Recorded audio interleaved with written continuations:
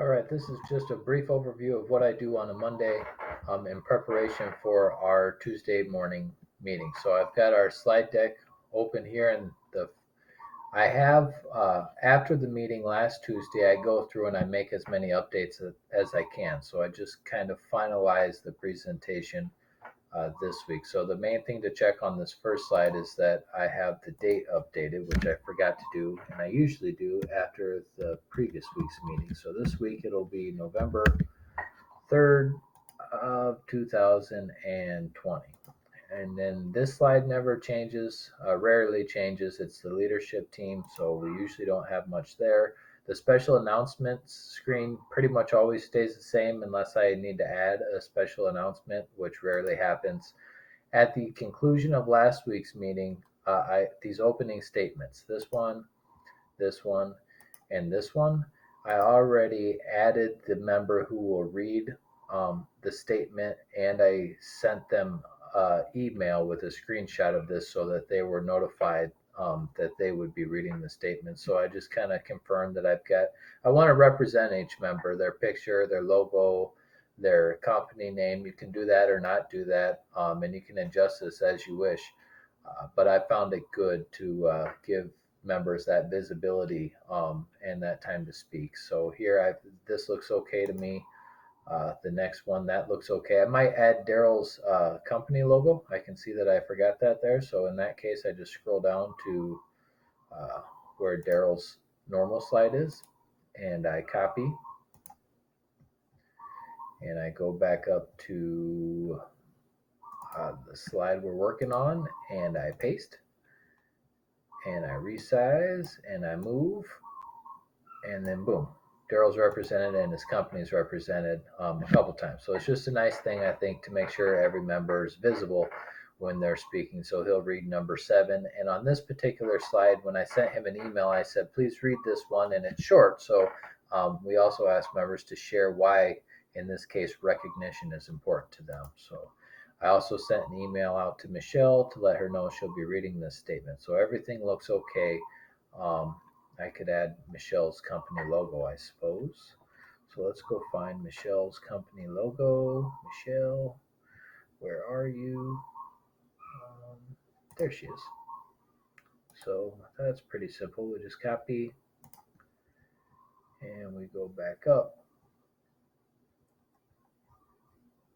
and we paste and we move. And we've got plenty of room on this particular slide. So might be a little information overload, but you can go through and clean these things up as you as you choose. So next, network education. I've shared the slide deck with my network education coordinator, Dylan Bodie, who is able to go in and make any adjustments that he wants. That may vary depending on what you set up. He may need to send you information to include in the slide. But if you share it with him and you can delegate that task, and they can jump in and update their slides, the education coordinator, the vice president, and the secretary treasurer, which will make your job so much easier. But anytime you've got an education moment, you can edit this slide so that it appropriately fits your meeting. So this particular week we have a challenge. So I'll come back through and I'll update the score on this challenge. It's for education, to do some educations, but this slide looks okay. And then Dylan has added his own slide already, which is kind of nice to give them the ability to do that. There's a visitor challenge this week too. So this slide is in addition to our usual slide deck. So just browsing through to make sure that it's okay. You can see on the side here, I have slides skipped.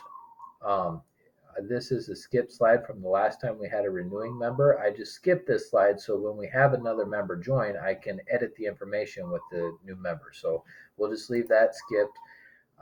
This happens when we have a new member, so I can leave that skipped.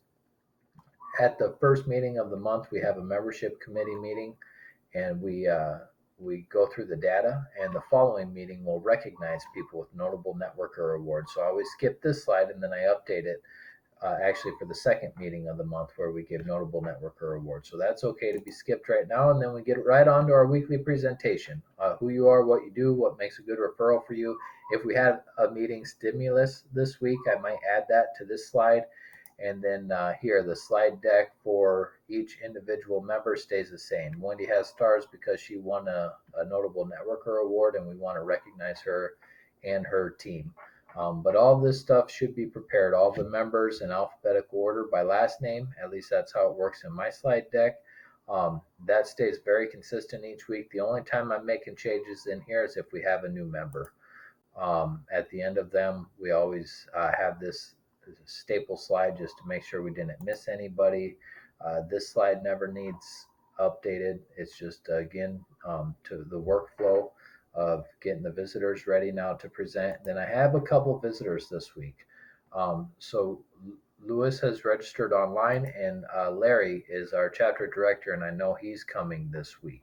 So I have, as I knew they were coming, I've added their slide to our presentation, which I've covered in other videos on how to prepare for a visitor. So see those on our YouTube channel.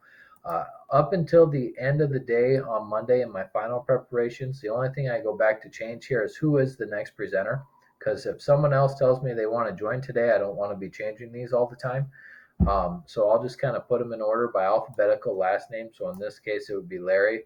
And let's assume that I know that nobody else is coming. So in that case, I would just copy Lewis's name here. And I can go to the next presenter and I can paste. I just right click, and if I paste without formatting, it'll match the formatting that's there. And I always bold this so it stands out. So in this case, as the presentation would go, I would notify the visitors that they're up. They can do what we just did as members. Tell us who you are and what you do, what will make a good referral for you.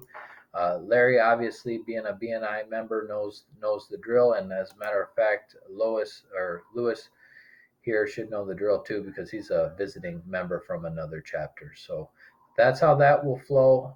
You see there's no next presenter because he's my last registered visitor this week. There's a couple people I'm hanging out waiting for. You can see their slides are skipped because they were on last week's meeting. I followed up with them this Monday to see if they'd like to come back. And if that's the case, then I'll include them. So for now, I'll leave this skipped. And then at the end of my day, I'll delete anyone who's not coming, so that everything is as neat and clean as possible. So then same thing, we ask if we missed anybody, and I can turn it right over to my vice president. In this case, Debbie does an awesome job of editing her own slides as the slide deck is shared with her. So I don't need to do anything here because I trust that Debbie has taken care of her own slides. That might not be the case for everyone, so you might need to go through and edit these as needed, but she does an awesome job. In this case, my secretary treasurer can go in and update the speaker rotation. Currently, I handle that, so that's something that I'm doing. But I know that Larry, our chapter director, is coming. He'll be here this week, so boom. At the end of last week's meeting, I already edited this, so I'm just giving it a quick look over, and it looks okay to me. So we don't have a 2-minute speaker this week coming up, so I'll just go ahead and delete that for now. Deleting these are kind of tricky on my system anyway. I got to click the box in the right place, sometimes twice, right click, and it'll let me delete. So there's our 2-minute and our 10-minute speakers. I left the 10-minute speaker for last time and skipped it. I don't need to do that, so I can right click here and I can delete. And then I've got Larry coming up. He's our feature presentation. So I just copied his slide really, and the only thing I changed here last week was feature presenter or feature presentation. And here's Larry. Larry, I believe, is going to share his own screen, so I don't have to worry about adding anything for Larry. And then once the presentation's done, we get to our referral and testimonial time. So these are just copies of the same slides that we did our 60-second commercials. The only thing that has changed is the timer is now 30 seconds on the top right. So I know everybody's fine here because it is every week. Again, the only time I edit these is if we have a new member. We've got the slides just in case we missed anybody. Our visitors, I've created as I became aware that they were coming. I created a slide for them for this time of the meeting too. So we know that P comes before S. So in this case, I'll just move Larry up. Still in my clipboard, I should be able to just paste Lewis's name here, or Lewis's name here, or Luis, I suppose. Bold it there. He'll know that he's on deck. He can give his 30-second referral testimonial. At this time, I'll let visitors just share some feedback about their experience today, just in case they don't have a referral or testimonial. But I know that that's okay. I'll leave these guys just skip for now until I do my last final touches. I'll know whether they're coming or not this evening, and it's the same workflow. And then our secretary treasurer report, this stays the same. Again, if you can delegate this to your secretary treasurer, encourage them to make it their own. It'll make your life so much easier. Referral reality check is ready from last week. At the end of the meeting, I went in. I found the member who we asked about the referral last time, and I put their information on here. I'm going to have them pick a number between 1 and 3, so it truly makes a random draw in this virtual world of who we're checking on referrals. So in this case, let's say, for example, Wendy would have picked number 2. Then I would ask, Edgar sent a referral to Ben. It was an outside referral. Guys, what's going on with this? And it's nice every time we get a nice update. It's a good reminder for the members too. But I've prepared this already last week at the end of the meeting, so I see that everything's good. This slide stays in there. I may change where this goes in our slide deck, but for this purpose, everything's okay. If I need to add any announcements, I add it to this screen. That looks fine. I've delegated the closing quote of the day to my vice president, who does a good job of updating that. Makes life so much easier. But again, if I haven't done that, then that's a slide that just needs my attention, and that's the end of the meeting. So that's it, guys. It's that simple. Depending on how much information you need to put in here, will depend on how much time that you invest in doing this. Again, I'll touch on this again before our meeting. I might leave some of those slides skipped actually until the morning, just in case someone gives me an update last minute. Hey, I can make it. Then all I have to do is unskip their slide, and they're included in our meeting. So hopefully this was helpful for you. Again, I encourage you to clean this up after your meeting, after your last meeting. So in our case, that would be Tuesday after our meeting.